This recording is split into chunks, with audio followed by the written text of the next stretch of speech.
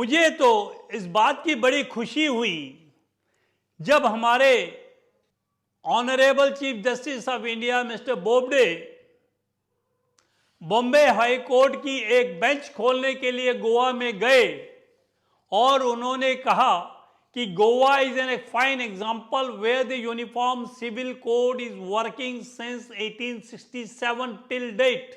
जैसा कि बोबडे साहब ने बताया है, जो हमारे चीफ जस्टिस हैं, और जैसा कि सुप्रीम कोर्ट ने कई बार हमारे union of India, government of India को बोला है कि यूनिफॉर्म सिविल कोड लाएं, और जैसा कि ये 80% पॉपुलेशन में सक्सेसफुली काम कर रहा है, और जैसा कि गोवा के अंदर भी सक्सेसफुली काम कर रहा है 150 सालों से, तो इस 20% जो पॉपुलेशन, इसको क्यों इससे बाहर किया गया है? तो मेरी इस सरकार से, इस मोदी सरकार से नम्र निवेदन है, बल्कि it's a matter of right also to force this government by way of request that they should immediately implement uniform civil code all over the country, because once that code is implemented, there will be uniform provision for the maintenance, for the marriage, for the succession, for the adoption, and any other related matters, and there will be no confusion like polygamy. If the polygamy will be there, it will be there for everybody. If the monogamy is there, it will be for everybody. And if the government brings uniform civil code along with population policy, I must say that 75% of the problem of this country will vanish altogether. ये जो demographic changes दिन ब दिन हो रहे हैं, पहले आपके जम्मू कश्मीर के अंदर the population of the Muslim increase so much because of the legal inhibition for the Hindus to come and reside there, take the domicile or the citizenship of the J&K, and liberally the domicile certificate residency were being given to the Muslims and not to the Hindus. That was the reason why the Hindus came into minority and Muslim came into majority, even up to 95 to 6-7% in the Kashmir, and Hindus reduced from 35% to hardly 5% about there in the Kashmir. मेरा कहने का तात्पर्य ये है कि अगर हम इस यूनिफॉर्म सिविल कोड को और पॉपुलेशन पॉलिसी को इमीडिएटली न लेकर आए तो इस देश के जो फ्यूचर है वो बिल्कुल अंधकारमय हो जाएगा। जो हमारी मोदी की पॉलिसी है कि इसको $5 ट्रिलियन की इकोनॉमी पर लेके जाना है या इसको विश्व गुरु बनाना है, वो नहीं बन सकता। तो अगर इस देश को हमने आगे लाना है, देश को बढ़ाना है, तो there should be uniform civil code, when the uniform criminal code can be applicable, when the uniform civil code for 80% of the population of this country can be implemented, is already functioning very nicely. Why we have left this 20% of the population without being governed by that act? Is it their fundamental right under the Constitution of India to have a separate legislation? आज की तारीख में, और जैसा कि बोबडे साहब ने बताया है, जो हमारे चीफ जस्टिस हैं, और जैसा कि सुप्रीम कोर्ट ने कई बार हमारे union of India, government of India को बोला है कि यूनिफॉर्म सिविल कोड लाएं, और जैसा कि ये 80% पॉपुलेशन में सक्सेसफुली काम कर रहा है, और जैसा कि गोवा के अंदर भी सक्सेसफुली काम कर रहा है 150 सालों से, तो इस 20% जो पॉपुलेशन, इसको क्यों इससे बाहर किया गया है? ये अपीजमेंट पॉलिसी इनकी कब तक चलेगी सरकार की, और कब तक मेजॉरिटी इस अपीजमेंट पॉलिसी के कारण भुगतती रहेगी और कब तक हिंदू इस देश के अंदर सेकेंड ग्रेड सिटीजन ट्रीट होता रहेगा? जब हमारी संविधान की कॉन्स्टिट्यूएंट असेंबली इस संविधान को ड्राफ्ट कर रही थी, उस समय भी ये डिस्प्यूट खड़ा हुआ था whether there should be a uniform civil code for everybody residing in this country or not.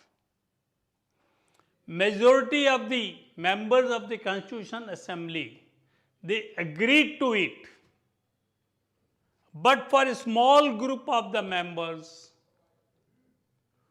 who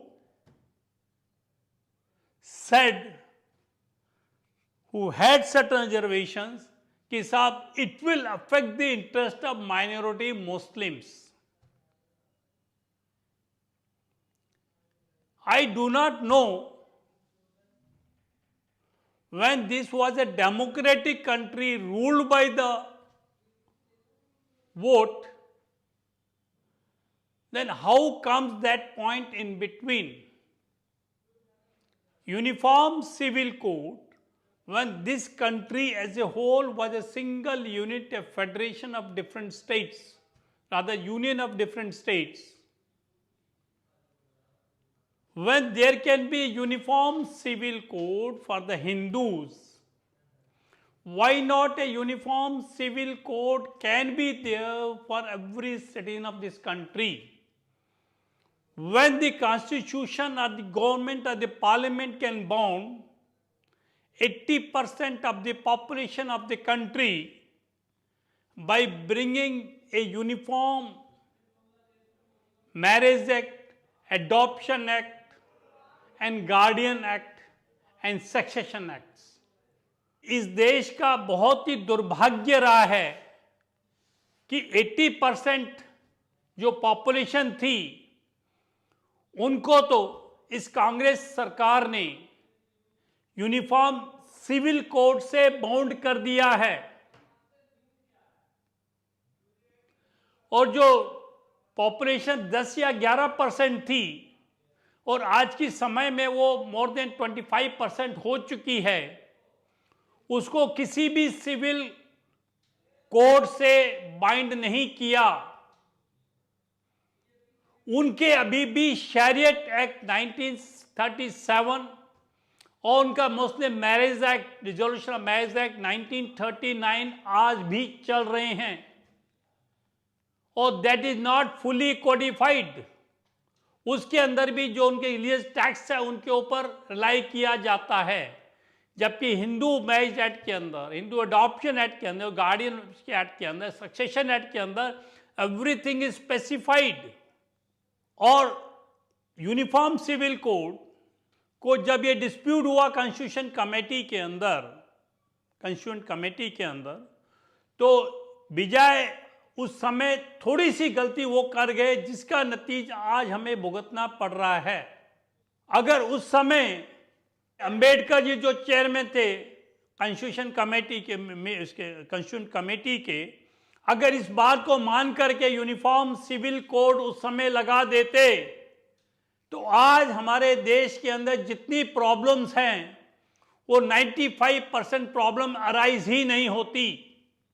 और हमारे देश में कांग्रेस ने इन 70-73 सालों में अपीजमेंट की पॉलिसी करी और मेजॉरिटी ऑफ द पॉपुलेशन की परवाह ना करते हुए हमेशा उस माइनॉरिटी की परवाह करी। रिजल्ट ये हुआ कि वो माइनॉरिटी जो 10 या 12% थी आज डबल द अमाउंट हो गई है और जो हिंदुओं की पॉपुलेशन थी that is going on reducing day by day. विस आप बांग्लादेश में देखिए, पाकिस्तान में देखिए, अफगानिस्तान में देखिए, यूएई में देखिए, कहीं टर्की में देख लीजिएगा, जो हिंदू पॉपुलेशन वहां पर थी वो आज बिल्कुल नेग्लिजिबल हो गई है by due to forcible conversion और जीनोसाइड। जबकि हमारे देश के अंदर जो हिंदू सनातनी हैं वो by nature, by hereditary character, by its ancient culture, वो हमेशा टॉलरेंट रहा है, अकोमोडेट रहा है, एडजस्टिंग रहा है, कोऑपरेटिव रहा है। और यूनिफॉर्म सिविल कोड जो कि 1940 के अंदर बाबा अंबेडकर जो हैं उनके द्वारा लागू नहीं किया गया है, उनकी एक छोटी सी गलती आज इस देश के लिए एक बड़ा विभत्स प्रॉब्लम बनाकर खड़ी हो गई है। और संविधान के अंदर बजाय इंप्लीमेंट करने के उन्होंने आर्टिकल 44 के अंदर इसको डायरेक्टिव प्रिंसिपल ऑफ स्टेट्स के तहत डाल दिया कि स्टेट जो चाहेगी, ये स्टेट की ड्यूटी है, वो यूसीसी को इंप्लीमेंट करेगी, यानी कि यूनिफॉर्म सिविल कोड को इंप्लीमेंट करने की जिम्मेदारी स्टेट को दे दी है कि जितनी जल्दी हो सके the state will implement uniform civil code in this country. अब 73 साल हो चुके हैं और इस कांग्रेस गवर्नमेंट ने जब तक ये रही है, they never dared even to touch this Article 44. It was only at the stance of the present government that Article 370, which was also a temporary provision in the Constitution of the India, and Article 35A, which was also a temporary provision, not only temporary, but it was enacted illegally from the back door, that was touched by this government. They say that uniform civil code cannot be implemented in this country. I raise a question how it is being implemented in Goa right from 1867 when it was annexed with India. जब गोवा के अंदर वो 150 सालों से चला आ रहा है, तो हमारे देश में क्यों नहीं हो सकता? ऑस्ट्रेलिया में हो सकता है और कई देश ऐसे हैं वर्ल्ड के अंदर जहां यूनिफॉर्म सिविल कोड बना हुआ है, तो हमारे देश में ये यूनिफॉर्म सिविल कोड क्यों नहीं लागू हो सकता? Thank you very much. I am SD Bindlesh, advocate from Delhi. If you like the content of my bite, please subscribe and share it. Thank you very much. जय भारत माता की।